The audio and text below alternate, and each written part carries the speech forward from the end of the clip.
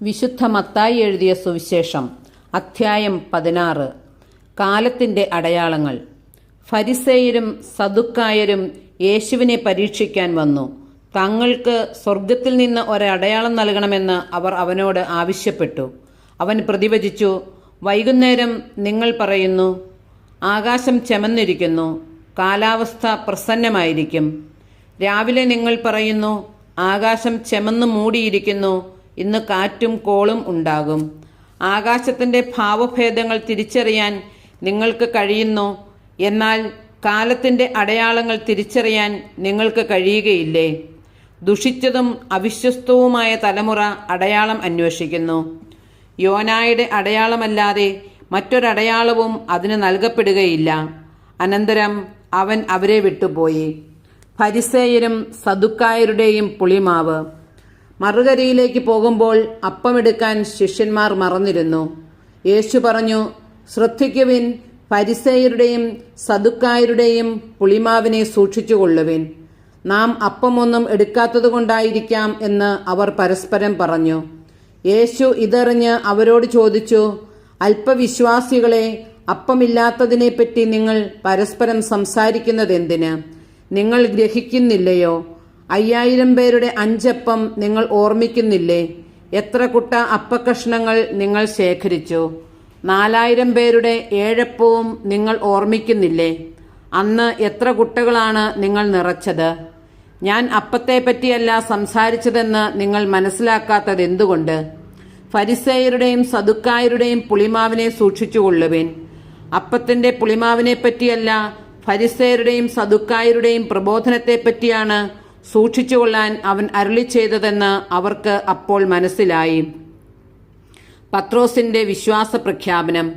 യേശു Caesarea Philippi പ്രദേശത്തെത്തിയപ്പോൾ ശിഷ്യന്മാരോട് ചോദിച്ചു, മനുഷ്യപുത്രൻ ആരെന്നാണ് ജനങ്ങൾ പറയുന്നത്? അവർ പറഞ്ഞു, ചിലർ സ്നാപക യോഹന്നാൻ എന്നും മറ്റു ചിലർ ഏലിയ എന്നും വേറെ ചിലർ ജെറമിയ അല്ലെങ്കിൽ പ്രവാചകന്മാരിൽ ഒരുവൻ എന്നും പറയുന്നു.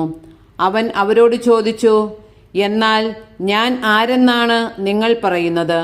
ശിമയോൻ പത്രോസ് പറഞ്ഞു, നീ ജീവനുള്ള ദൈവത്തിന്റെ പുത്രനായ ക്രിസ്തുവാണ്. യേശു അവനോട് അരുളി ചെയ്തു, യോനായുടെ പുത്രനായ ശിമയോനെ, നീ ഭാഗ്യവാൻ. മാംസരക്തങ്ങളല്ല, സ്വർഗസ്ഥനായ എൻ്റെ പിതാവാണ് നിനക്ക് ഇത് വെളിപ്പെടുത്തി തന്നത്.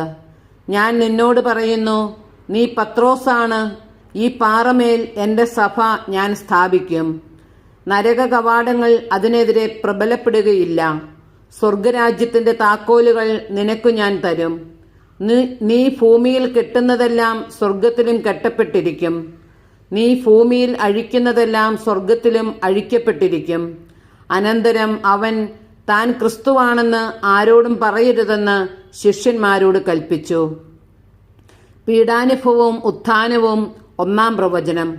അപ്പോൾ മുതൽ യേശു തനിക്ക് ജെറുസലേമിലേക്ക് പോകേണ്ടിയിരിക്കുന്നുവെന്നും ശ്രേഷ്ഠന്മാരിൽ നിന്നും പ്രധാന പുരോഹിതന്മാരിൽ നിന്നും നിയമജ്ഞരിൽ നിന്നും വളരെയേറെ സഹിക്കേണ്ടി വരുമെന്നും താൻ വധിക്കപ്പെടുമെന്നും എന്നാൽ 3-ാം ദിവസം ഉയർപ്പിക്കപ്പെടുമെന്നും ശിഷ്യന്മാരെ അറിയിച്ചു തുടങ്ങി. പത്രോസ് അവനെ മാറ്റി നിർത്തി തടസ്സം പറയാൻ തുടങ്ങി. ദൈവം കനിയട്ടെ, കർത്താവേ, ഇതൊരിക്കലും നിനക്ക് സംഭവിക്കാതിരിക്കട്ടെ. യേശു തിരിഞ്ഞ് പത്രോസിനോട് പറഞ്ഞു, സാത്താനെ, എന്റെ മുമ്പിൽ നിന്ന് പോകൂ. നീ എനിക്ക് പ്രതിബന്ധമാണ്. നിന്റെ ചിന്ത ദൈവികമല്ല, മാനുഷികമാണ്. യേശു ശിഷ്യന്മാരോട് അരുളി ചെയ്തു, ആരെങ്കിലും എന്നെ അനുഗമിക്കാൻ ആഗ്രഹിക്കുന്നെങ്കിൽ അവൻ തന്നെ പരിത്യജിച്ച് തന്റെ കുരിശുമെടുത്ത് എന്നെ അനുഗമിക്കട്ടെ.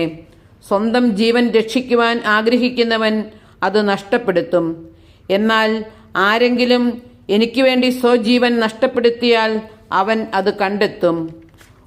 ഒരുവൻ ലോകം മുഴുവൻ നേടിയാലും സ്വന്തം ആത്മാവിനെ നഷ്ടപ്പെടുത്തിയാൽ അവന് എന്തു പ്രയോജനം?